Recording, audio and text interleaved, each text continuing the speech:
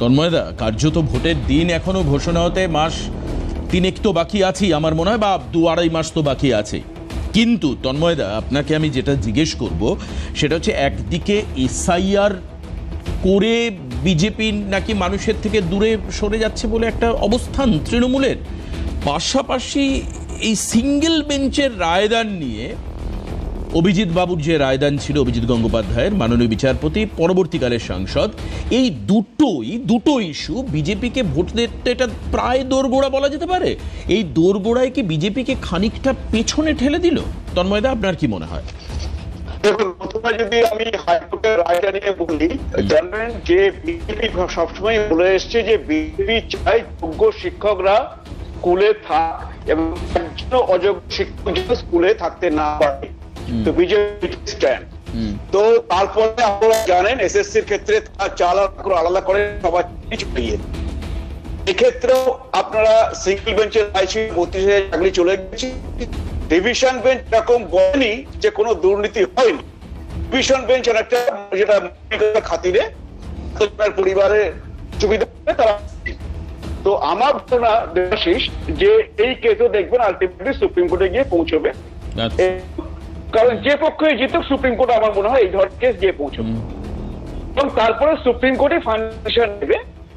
তো আমাদের স্ট্যান্ডটা একই যে আমরা চাই না একজন যোগ্য চাকরি চলে যাক, আমরা চাই না একজন অযোগ্য যারা এই সমস্ত ভাবে দুর্নীতি করে চাকরি পেয়েছে তারা যেন স্কুলে থাকে।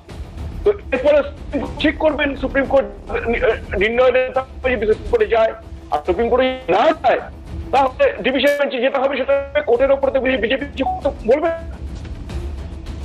আর দ্বিতীয়ত আপনাকে বলি যে এই আজকে এসআইআর নিয়ে বলছেন, আচ্ছা উনি বলছেন যে বিজেপি কবর খুঁজছে। আচ্ছা, এসআইআর হয়েছে, নির্বাচন কমিশন করেছে স্বচ্ছ ভোটার তালিকা তৈরি করার জন্য, এবং সেই স্বচ্ছ ভোটার তালিকা তৈরি করে ভোট হয়, এই গণতন্ত্র প্রতিষ্ঠিত হয়। না, এটা নির্বাচন কমিশন করেছে তন্ময়দা, এই বিষয়ে আমার কোনো সংশয় সন্দেহ নেই। এটা সাংবিধানিক প্রক্রিয়া, নির্বাচন কমিশন করেছে।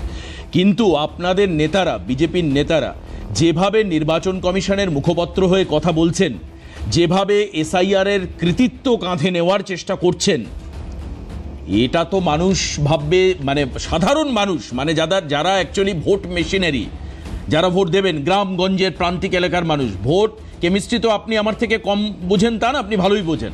গ্রামের মানুষকে তৃণমূল অন্ততপক্ষে এটা বোঝাতে সক্ষম হয়েছে যে এসআইআর বিজেপি করাচ্ছে, মুসলিমদের এগেনস্টে একটা পদক্ষেপ নেওয়ার জন্য বিজেপি করাচ্ছে। তো সেই ক্ষেত্রে আমি বলছি, আপনারা কি খানিকটা পিছিয়ে গেলেন? মানে এই যে এসআইআর প্রক্রিয়াকে খানিকটা আপনাদের যে জনমানুষের মধ্যে যে ইম্প্যাক্ট, তাতে কি খানিকটা আঘাত সৃষ্টি করলো?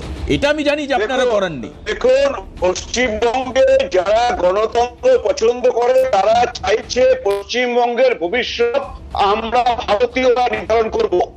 পশ্চিমবঙ্গের ভবিষ্যৎ নির্ধারণ হবে না রোহিঙ্গারা, তারা মৌলবাদী জঙ্গি বাংলাদেশ থেকে এসে এখানে ঢুকে পড়ে রয়েছে অনুপ্রবেশকারী, তারা পশ্চিমবঙ্গের ভবিষ্যৎ নির্ধারণ করবে না।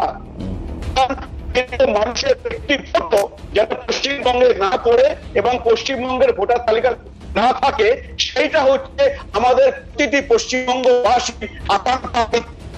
সুতরাং এখানে হচ্ছে হিন্দু মুসলিম বলে নেই, এখানে হিন্দু মুসলিম সবাই ভোট করে, সবাই পশ্চিমবঙ্গবাসী। আমরা চাই বাংলার উন্নত, কিন্তু তৃণমূল চায় যে জোর করে। আমি তন্ময়দা আপনার একটা কথারও, আমি আপনার কথার বিরোধিতা করছি না। আমার প্রশ্ন হচ্ছে মানুষকে বোঝানো। তৃণমূল তো গ্রামগঞ্জে বোঝাচ্ছে মানুষকে, তারা তো মানুষের দরজায় দরজায় গিয়ে এটা বলছে। আমি বলছি সেই যে মানুষের যে মাইন্ডসেট, সেটা তো ভোটে গিয়ে তার এফেক্টটা পড়বে।